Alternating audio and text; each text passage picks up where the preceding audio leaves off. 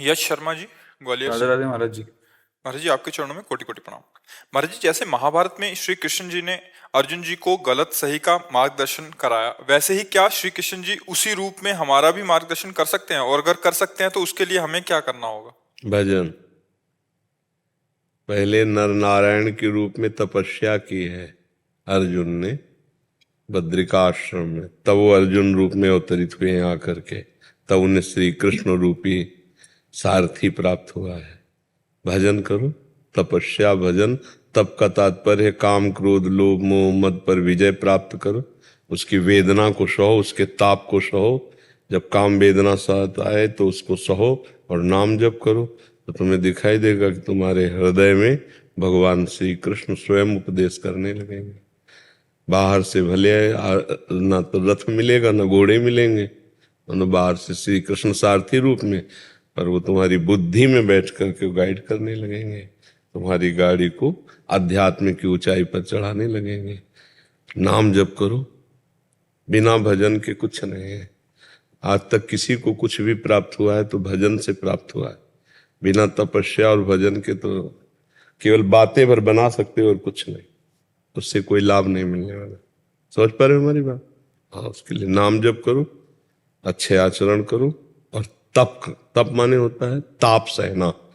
जैसे हमारे अंदर भूख का ताप होता है, प्यास का ताप होता है, ऐसे बहुत तरह के वेग हैं। उन वेगों को शांत भाव से गंभीर रहना, किसी भी तरह से अहित न करना और निरंतर नाम जप करना। बड़ा कठिन है, देखो निरंतर नाम जप करके एक ही बात पकड़ लो, निरंतर नाम जप करना बड़ा कठिन है। यही कठिनता अगर पार कर गया तो फिर देखो, भगवान शिव जब अर्जुन को देखा कि हमारा दिव्यास्त्र लेने आए, पाशुपतास्त्र भगवान शिव का है ना, तो भगवान ने भेष बदला और किरात रूप धारण किया और अर्जुन से युद्ध किया। और अर्जुन के सब अस्त्र शस्त्र अपने शरीर में लीन कर गए। अर्जुन ने विचार किया कि ऐसा कौन वीर हो सकता है कि हमारा गांडीव अक्षय तूणीर सब उसी में लीन हो गए। तो उनका 2 घड़ी का समय दीजिए हमको। किरात रूप में भगवान शिव थे। तत्काल भगवान शिव का लिंग बनाया और पत्र पुष्प जंगल के लेके जे ही अर्पित किए, तो देखा किरात के मस्तक पर। तो उनका अरे तो आप प्रभु आप हो आप। तो भगवान शिव ने कहा मैं देखना चाहता था कि तुम हमारे अस्त्र को धारण करने की क्षमता रखते हो या नहीं। जब तुमने बाहुयुद्ध से मुझे संतुष्ट कर दिया, भगवान पिनाकपाणी शिव ने परीक्षा करके ही अपना अस्त्र दिया। तो श्री कृष्ण हमारे जगत गुरु, जगत पिता, अखिल ब्रह्मांडों का स्वामी, हमारे को सारथी रूप में बहुत बड़ी तपस्या करनी पड़ेगी, भजन करना पड़ेगा और मिल जाएंगे। जब वो पुत्र बन जाते हैं, मित्र बन जाते हैं, तो अपने भक्ति के लिए क्या नहीं बन सकते। पर वैसे हम बने, वैसे हम भक्ति करें। पहले तो खूब नाम में चित्त लगावें, नाम जप करें। जितना नाम जप करेंगे उतने हम में सामर्थ्य आएगी, और सामर्थ्य आएगी उतने हम सह पाएंगे काम क्रोध लोभ मोह मद। नहीं तो अभी गाली दे दें तो अभी बुरा लगने लगेगा, नहीं लगेगा?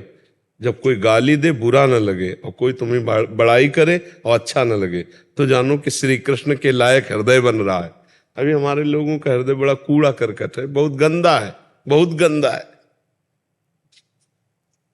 अब जैसे कोई काले कपड़ा पहने तो उसको गंदा क्या दिखाई दे, सफेद में जरा सा दाग लगे तो समझ में आता है।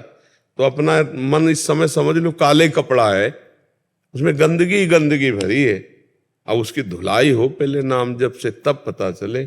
फिर इंद्रियाणाम मनश्चास्मि, इंद्रियों में भगवान श्री कृष्ण कहते मन मैं हूं, तो मन ही भगवान का रूप अनुभव करा देगा। अभी तो बहुत गंदा मन है। खूब नाम जप करो, अच्छे आचरण करो, अवसर मिल जाए तो सेवा करो किसी की, बड़े बूढ़े बुजुर्ग की। जब कोई उठ ना पाता हो उसकी सोच फेंक दो, उसके कपड़े धो दो, उसको भोजन व्यवस्था कर दो। देखो भगवान तुम्हारे प्रति कैसा अपना प्यार देते हैं, कैसे प्रसन्न हो जाते हैं। पर बिना या केवल बातें बनाने से बात नहीं बनेगी, करना पड़ेगा। आज तक हमें बताओ किसी ने केवल बातों से भगवान को प्राप्त किया हो? सबको कठिन तपस्या कष्ट सहना पड़ा है। बिना उसके परमार्थ में।